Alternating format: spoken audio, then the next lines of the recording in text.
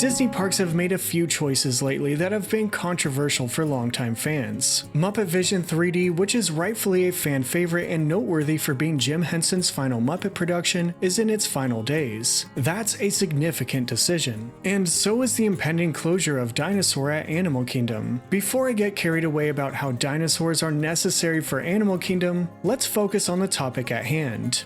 In 2024, Disney broke the news that Magic Kingdom's Rivers of America, Tom Sawyer Island, and the Liberty Square Riverboat would someday close to make way for attractions based on the Cars franchise. In June 2025, Disney confirmed Magic Kingdom's Rivers of America and related attractions would close by early July, only a 1-month notice. Along with the announcement, Disney released this fun map concept art of what to expect in the future, but some of Magic Kingdom's past is going away. It's actually happening. Disney is closing Magic Kingdom's Rivers of America area in favor of the Cars franchise. This is a significant decision, but is it the right one?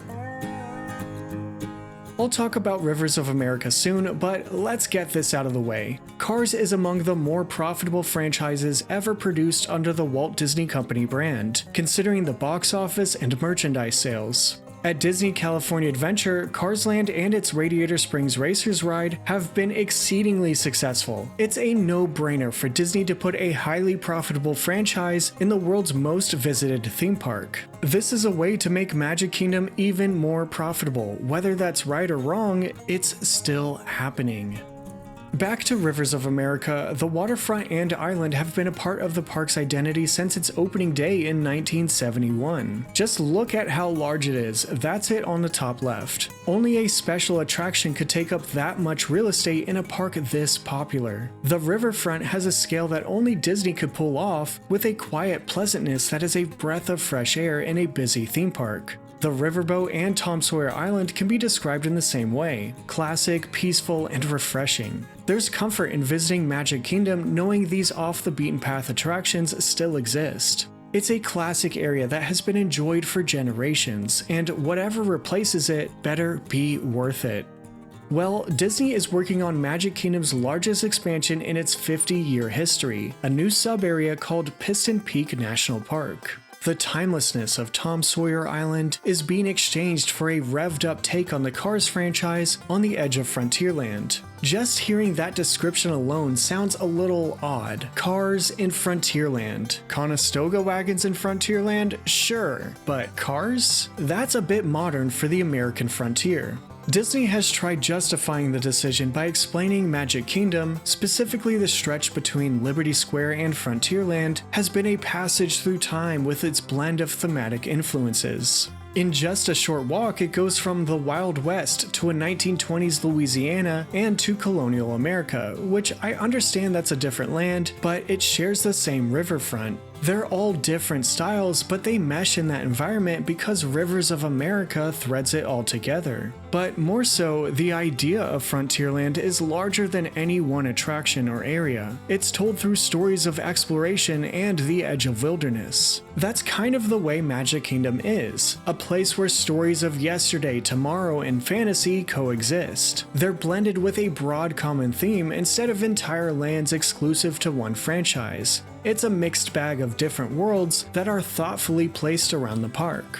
Thankfully, Imagineers seem well aware of this. The new Fun Map concept art is much more stylized than the original concept art from last year, and it shows a lot.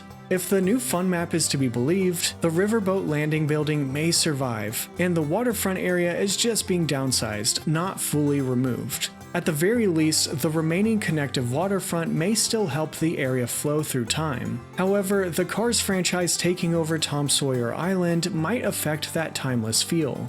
Will the Cars franchise fit in Frontierland? At first glance, not really, but I personally don't mind it after seeing the direction Disney is going with. The Cars franchise has high-octane moments in racetrack arenas, but this stretch of Magic Kingdom goes back to a simpler time. Disney seems to be bridging that gap nicely by making this new area nature-driven. If this were a thoughtless decision, Disney would have just crammed Radiator Springs into Frontierland, but this is a new take on the Cars universe that does its best to blend into Frontierland.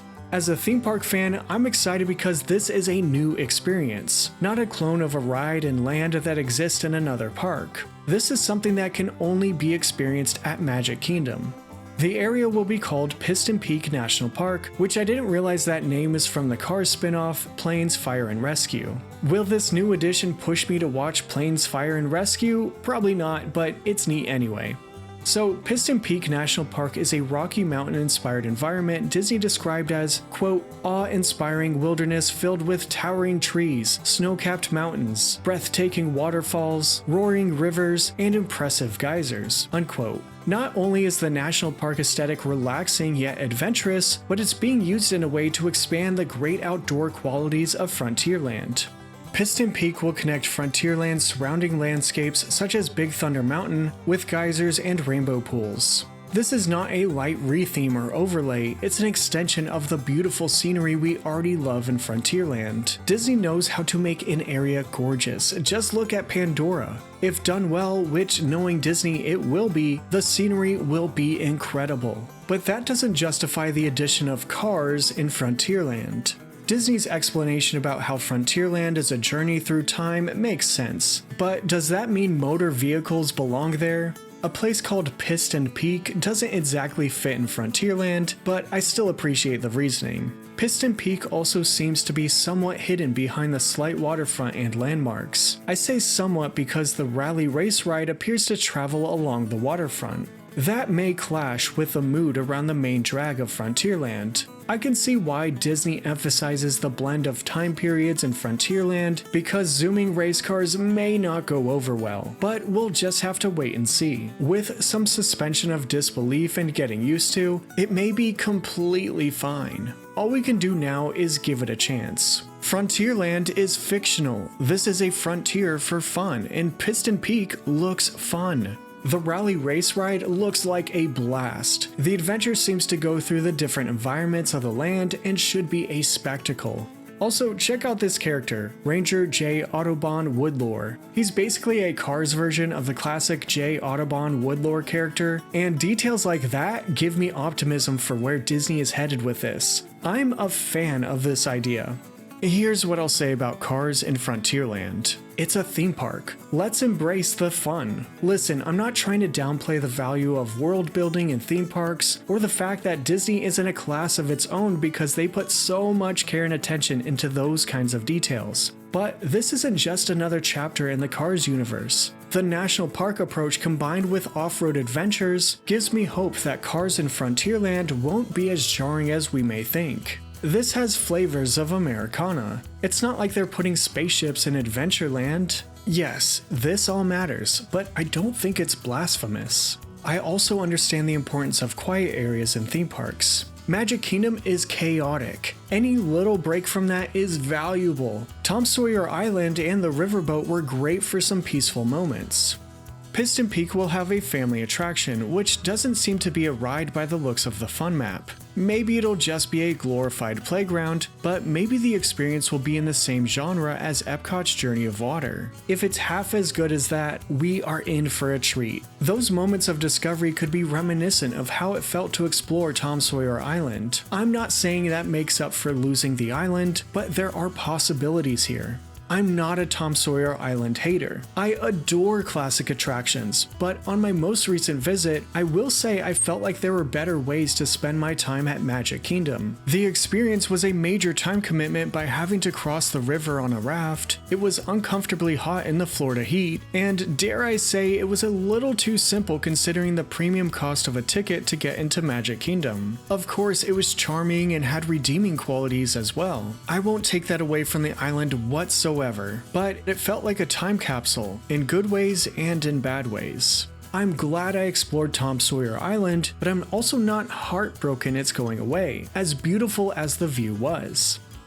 The view across the Piston Peak may be just as pretty. Imagine being in the main area of Frontierland and looking over at the beautiful scenery shown in the fun map. Disney seems to be retaining some glimpses of that area that made it special. If you were to give me the option between Rivers of America and a new e-ticket ride, I would choose the e-ticket ride as long as it's good.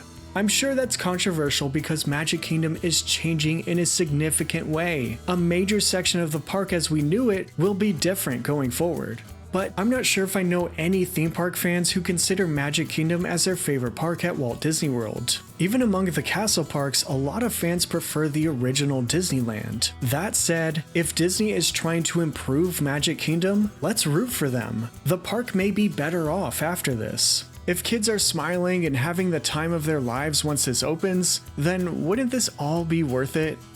On a personal level, I'm concerned how this may affect the moody atmosphere of the Haunted Mansion, especially while waiting in line by the calm rivers of America, but I'm open to the change. Magic Kingdom is a large park, so maybe the Cars ride could have fit better elsewhere, like replacing Tomorrowland Speedway. However, this is what Disney decided to do. This is the reality, and I'm gonna do my best and be optimistic about it. I'm looking forward to the additions. How could you not be excited for a new ride? Frontierland has been getting a lot of attention recently with the updated Big Thunder Mountain Railroad coming up, and of course the opening of Tiana's Bayou Adventure and the revamped Country Bear musical Jamboree. Magic Kingdom is starting to feel like a true 2-day park because I never seem to have enough time fitting everything into one visit. I always have to skip rides or shows I love because the day isn't long enough whenever I'm at Magic Kingdom. This is one more must-do attraction to add to the itinerary, but that's a good problem to have.